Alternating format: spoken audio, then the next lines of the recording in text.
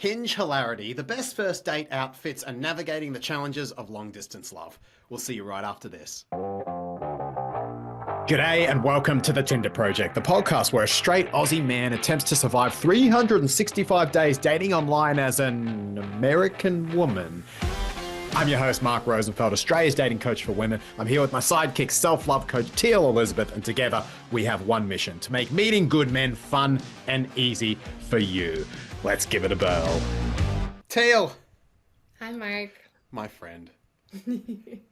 How are you? I was going to say the same to you. I'm doing really good. I'm doing good as well. I'm a few days away from finishing up my business as a single mum on Bumble. I'm sure you're getting relieved to have that task behind you. Look, it's no different really from dating as not a single mum, to be honest. I'll have the results for you next week, officially speaking. I will say this month we changed strategy and we're not going from the likes queue anymore. So essentially we're using the free version, quote unquote, of the app. And that's definitely had a big change, but I'll be revealing more of that next week because it's been very interesting, that one change. I'm curious to hear that, definitely. Yeah, I'm excited to share with you. Nonetheless, I have some Hinge hilarity for you this week. I just threw together a few little quick ones that I thought you would enjoy, Teal. So I'm going to go ahead and share the screen and we'll describe to the listeners what the hell is going on in Hinge. I think there's a bit of Bumble hilarity going on here as well, to be honest. To begin with, Teal, we have Barnabas. So Barnabas is there posing with... Is that really his name? Yes. He sounds like he's from Pirates of the Caribbean, doesn't he? He's You mean there's more hilarity besides the fact that his name is bio is the hilarity. His bio, if I zoom in here, I am a complete tool bag. Don't waste your time. I would only get under your skin and make a minimum for mini yous and me's. My only red flag is that I don't want a girlfriend. I need a wife, period. So shout out to Barnabas, the diesel mechanic from wherever he's from. My God. Nice profile, sir. Next up, we had old mate here. Brad's wearing a wedding ring. So you probably want to not wear a wedding ring. Just in general, in your photos, lads. Just probably stay away from wearing wedding rings in your photos. This guy's posing with his family on account of, people. I don't know. Don't take a picture with your ex-wife and your child. Especially when your ex-wife is wearing a sweatshirt that says naughty. With the Grinch on it. I love it. At least it's Christmassy. I guess it was somewhat relevant to the period of year. This guy's posing with a doll. I just have never seen this before. I don't know. For those listening, he's just standing there. He's doing a typical selfie, but he's grabbed a doll that's really a newborn baby size, and he's got it looking at the roof. And I don't know there was nothing in his bio to explain this. It was just, I don't know what he's doing. You know what this reminds me of is like when guys like to take pictures with dogs and they think that's going to get them more likes. It's like, well, what if I just posed with a baby? Then I don't need a real baby. That's what they have dolls for. Women can't tell the difference. See, lady, I like kids. Or maybe he's like, no, women like a man who's good with kids, but they don't want a man with kids. So I'll show that I'm good with kids by holding a non-real one. I don't know what his logic here was. This guy had, I don't actually have the other photo here, but this guy had, to me, self-care is November 24, when my gay brother outed both my mum and her boyfriend of 16 years as bisexuals. And his next photo after this was literally just his wrist with a hospital. You know how they put those things on you in hospital? That was his photo. It was just the hospital band from the hospital. I don't know what's going on out there, Teal. We got some interesting ones this week. That is Hinge hilarity for the week. That's what I've been running into. We have had some very good ones, I should say. There's actually been some really stand-up guys. I'm going to talk about those next week. We've had some great ones. But we've also had some clangers. So that part was fun. Teal, the most beautiful person in the room here. We need to talk about looks for a moment. Outfits, specifically first date outfits. I want to know when your clients come to you and they say, Teal, how beautiful do I need to be? Do I need to be 11 out of 10 or 7 out of 10? What do I wear on a first date? How do you advise them? Well, my go-to classic for women is always a nice stated black t-shirt and the best pair of blue jeans that you have. I feel like shirt and jeans. So can I ask, I'm not a fashion coach by any stretch.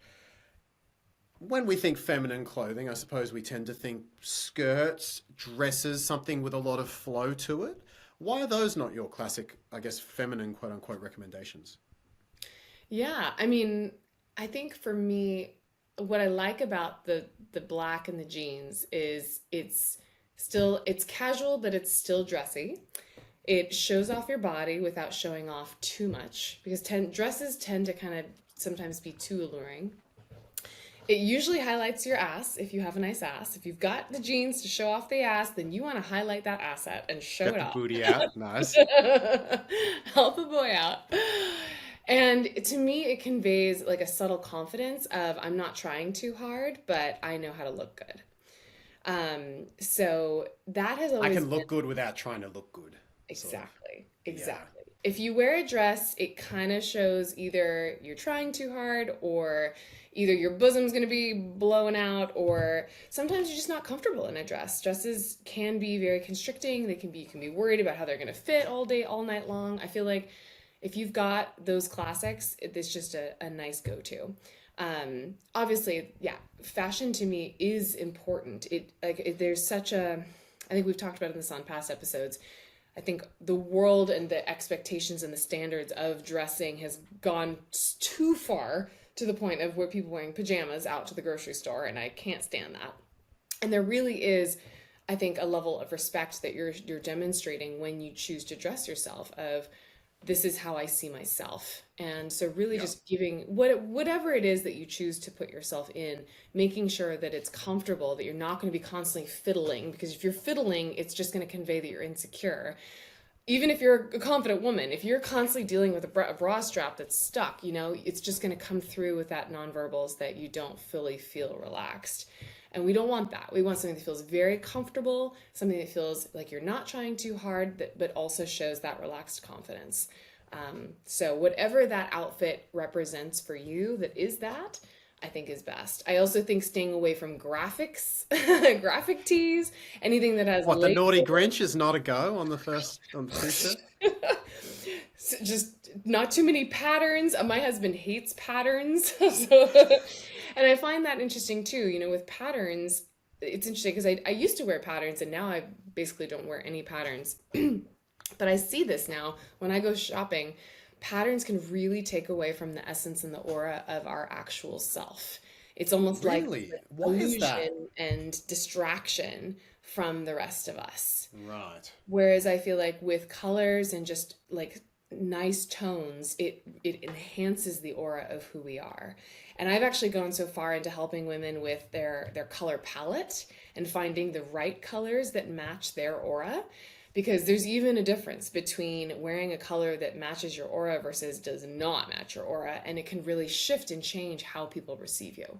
Like you will never see me wearing bright, like basic like colors. It's always muted. I was gonna ask, what's your aura colors? Can we get you in like a brilliant lime green next week? No, you'll Just never see me in let's do neon. an anti-aura show, Teal. We'll dress whatever is the color opposite to our auras. No neons, no I was patterns, gonna say fluorescent pink. I just wanna. no major Ooh, colors like a bright red or a bright orange or a bright yellow or a bright green, nothing like that. I'm a more an autumn sense, so you'll see me in a lot of like browns and reds and greens and blues and things that are more gentle colors or pastels.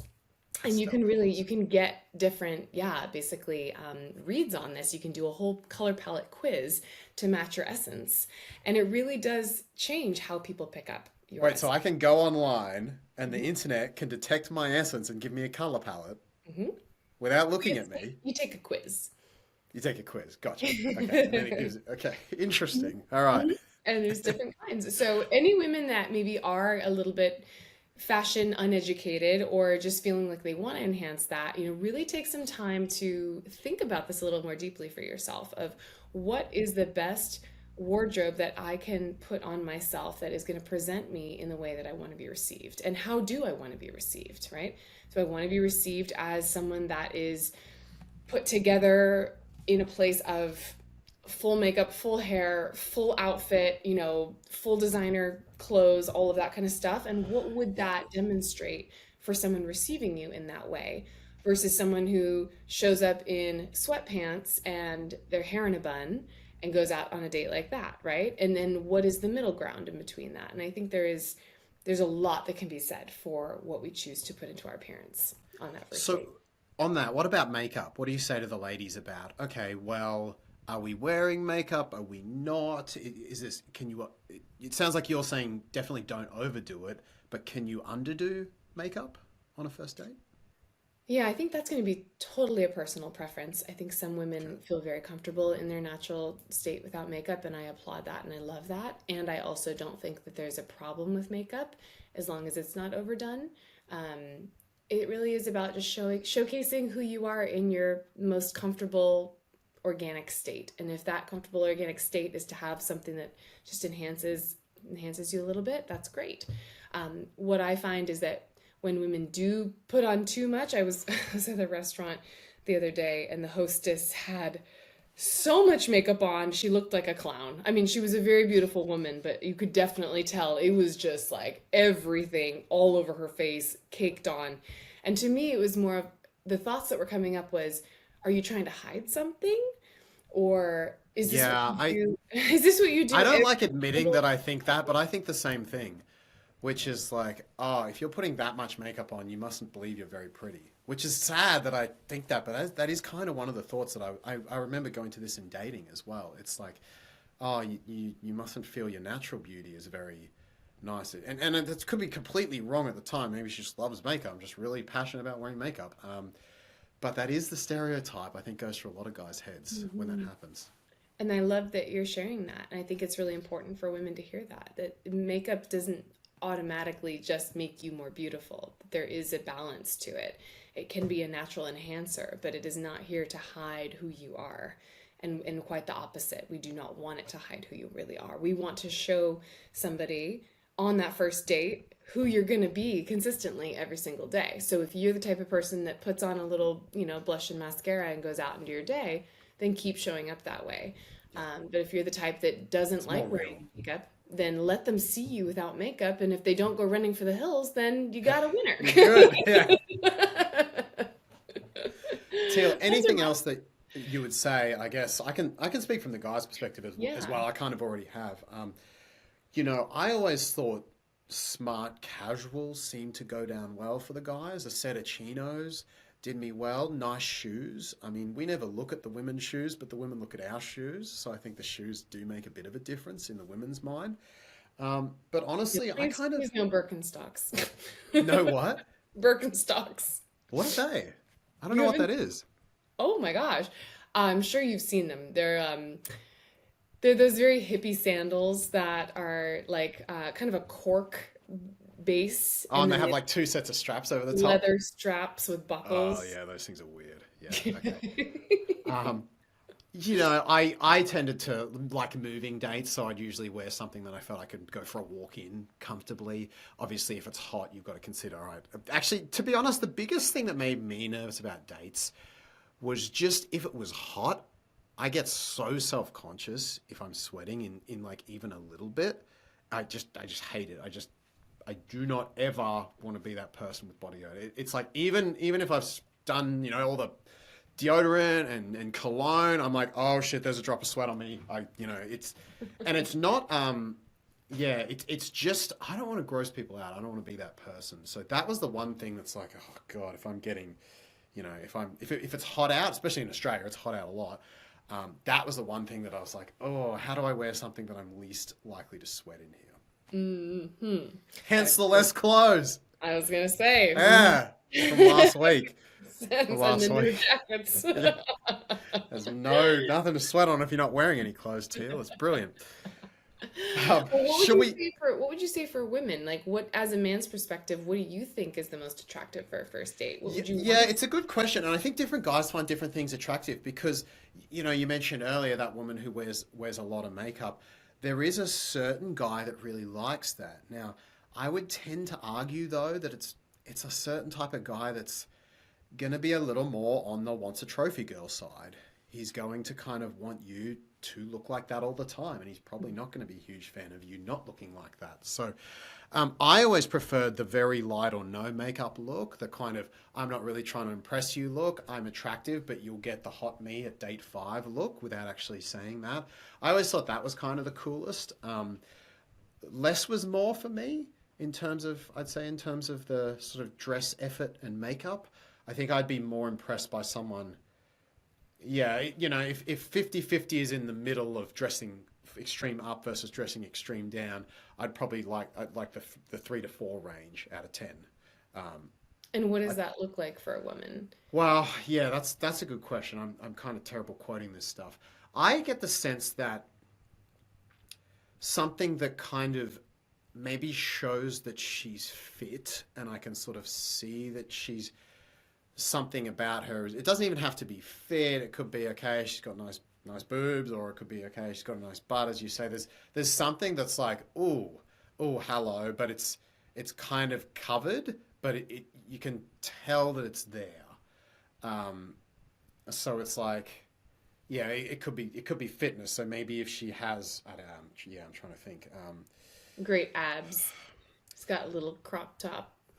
Yeah, would I like a crop top? It has to be, crop top would have to be well done for me. Yeah, if it was like a well done, like classy crop top, then I could take it, but you don't want it to look cheap at the same time.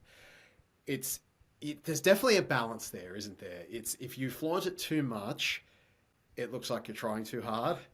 If you get really lazy with it, then it looks like you're not putting in effort. But I would definitely say, in terms of overdoing it and trying to flaunt it versus being lazy and just relying on your natural looks, I would lean towards someone who is lazy and relying on their natural looks, because I'm thinking that, okay, they're not trying to impress me. I'm impressed by the fact they're not trying to impress me. Now I want to see what they look like when they're actually dressed up. Yes. That would be my preference, yeah. Interesting. Shall we talk about... Yeah, it gives a lot for ladies to think about. So comment below, ladies. I'm curious to hear for you. What is your go-to first date outfit? Maybe we can get some more insights going in and give you guys some more inspiration. Yeah, let us know. We'll have to get an expert on at some point to give us official fashion advice. Oh, you didn't like my color quiz? I loved your color quiz. I loved your color quiz. Let's be real. There's people who do this for a living. That's true. We should chat to a couple of them. I'd be curious to know what they say. Maybe I can get my color from a real human. What's my color, Teal? Go on. Well, it's not just one color. It's a palette of colors. But from what I'm sensing, What's my aura say about my color? Is it green? I think you're an autumn as well. I think the nice, like, rich greens, browns, tans, I think those would look really good on you. Okay. We'll see what the expert says when we get them in, see if it matches. I'll send you the quiz.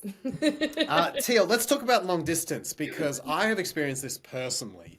Pitfalls of long distance, things to look out for, how to make long distance work. Have you ever had a long distance relationship, Teal? Yes, I did. And he broke my heart. Absolutely. How long was it? He was in South Korea and I was in Costa Rica. So pretty much opposite ends of the earth. Yeah. And how long were you together?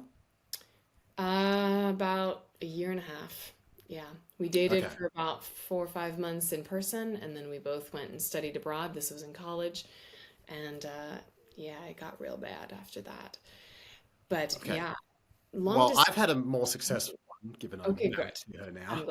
I'm glad. So maybe we go, is there a couple of things you learned, as in mistakes to avoid for those people who are in long distance, and then I can give a couple of tips that worked for me.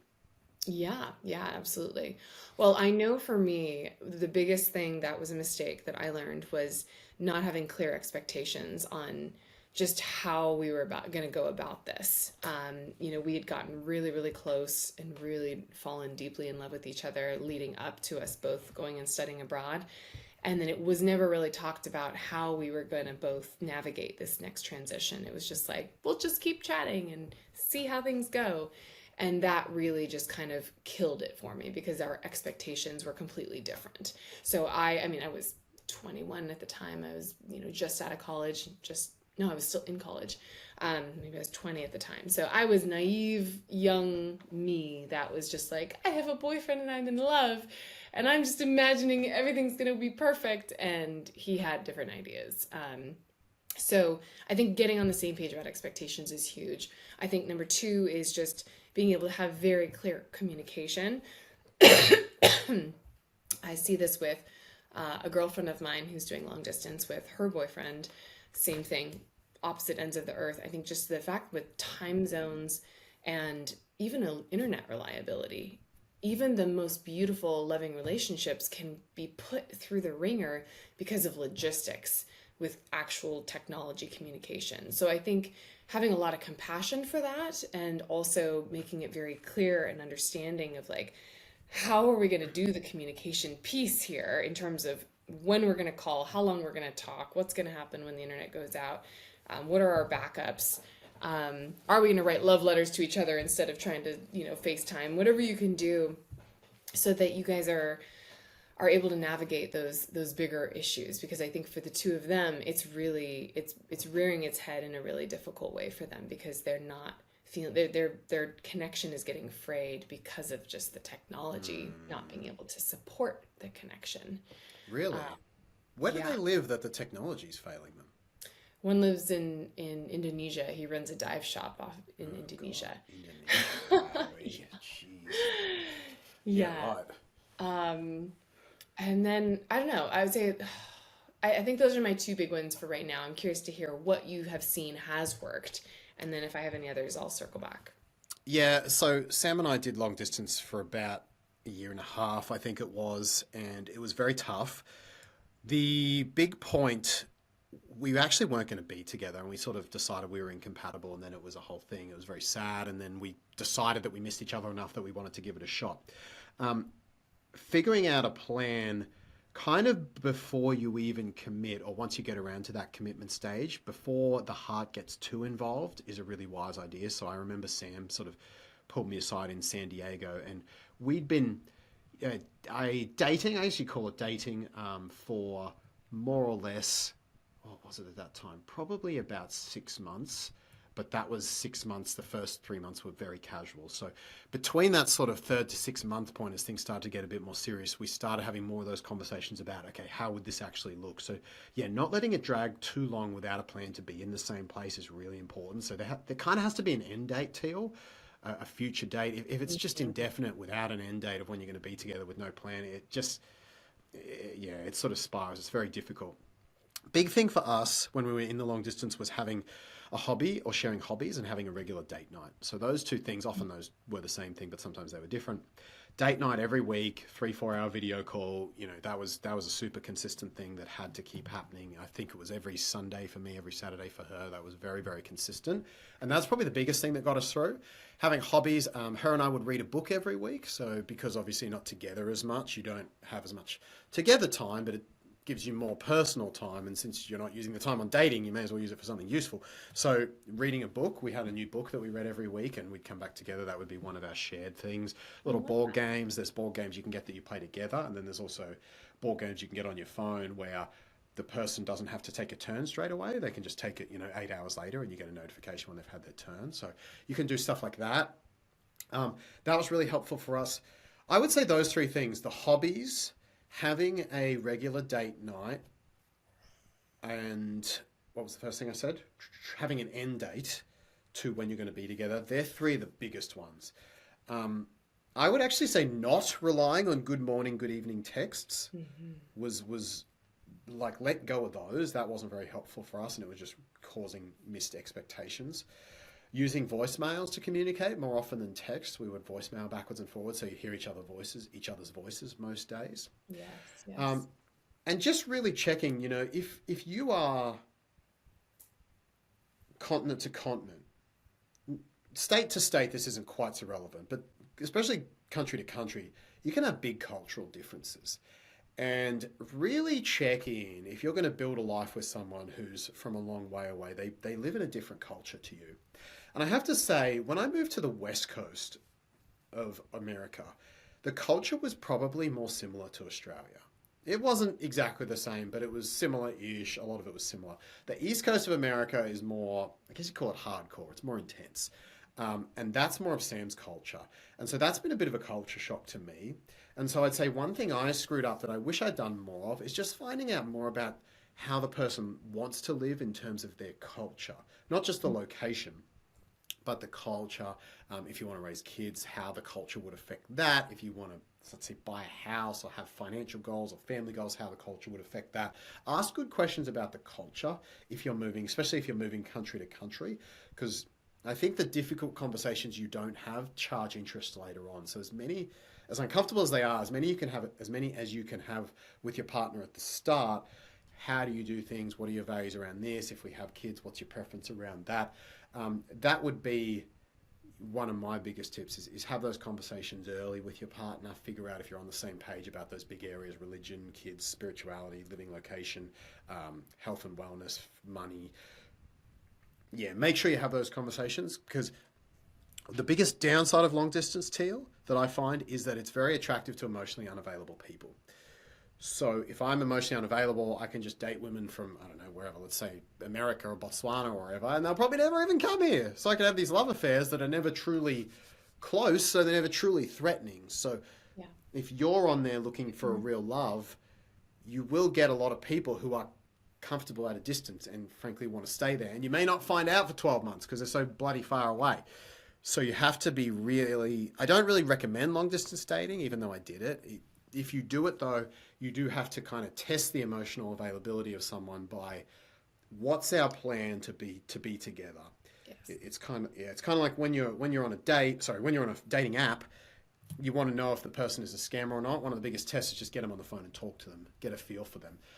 If you want to know whether someone long distance is emotionally available, have that conversation about how we would actually, logistically make that work. You don't want to do it maybe on the first date or really early because it's a bit much for there. But definitely before you commit or get too far in, those conversations should be coming up. Not in a love bombing extreme way, but in a hey, let's bring these conversations up soon way and test if this person is actually wanting to make a plan for moving and potentially moving together, and is not going to change their mind a week after having that conversation, which a lot of people do. I think those are really, really valid points. And I love those tangible, actionable things that people can do to actually enhance their current long distance relationship. Those sound like really, really great ideas. And I think one thing I wanted to remember and add on too is setting up just you have to have a really strong level of trust with this other person too, because you're not to say that it's any different if they're around. You still want to have that level of trust with them. But I think because you're not getting to spend as much time, you really have to, if they say, yeah, I was out all weekend and I went here and I went there, and your mind goes, you went to the bars and you've been sleeping with women, and they're like, no, I didn't. I was literally out. You gotta believe them. It's not for everyone, that part. You have to trust and believe what they say, because if you don't, or you allow your mind to go into those places and then you allow it to weave stories of meaning things, you're gonna find ways to sabotage it and ruin it. Yeah. So I think there's a litmus test of, am I even capable of having a healthy long distance relationship, just based on what's my relationship with my own levels of trust and healthy, connection and security in myself. And then two, can I trust this person to trust what they say? And that's also why the long-term plan conversations are so important, because if you know someone's moving in a year, you have a little bit more sense, and they're taking plans, they're taking the lead on that. You have a little bit more sense that, well, they would be kind of messing things up by cheating. So even though it's still theoretically possible, they've got a bit more skin in the game. Yes. Whereas when there's no plan, what do you really have to draw your safety from? It could be that they're calling you every week and that's very consistent, but you probably need some sort of security, not just in the present, but spreading out into the future. And that having that plan for the couple tends to give you that future security, which ironically helps you more in the present. Just go, okay, this person's invested in me, and even if they're out for the night, they're going to behave themselves. Agreed. Great discussion. Good chat. It's been a pleasure. Your face is always so nice. I love having you here. Likewise. Teal, how far away are you from the magical moment? It's still a little ways away. I'm 28 weeks, so I'm just entering into the third trimester, which is really exciting. But I got a good more 3 months to go. So it's very exciting. Our children might have the same birthday, maybe. No, I think. Yeah. I think, when's your daughter's birthday? You'd have to be, I think, a couple of weeks late. 26th of April. Okay. She's my baby's due. April 14th. So we'll see. Okay, maybe you'll be a couple of weeks later and I can have birthday parties together. Teal, thanks for joining me. It's been a pleasure. Guys, give us the 5 stars on the relevant podcasting platform if you enjoyed the show. Leave us a review, and thank you for listening. Teal. See you next week. Bye, guys. Next week.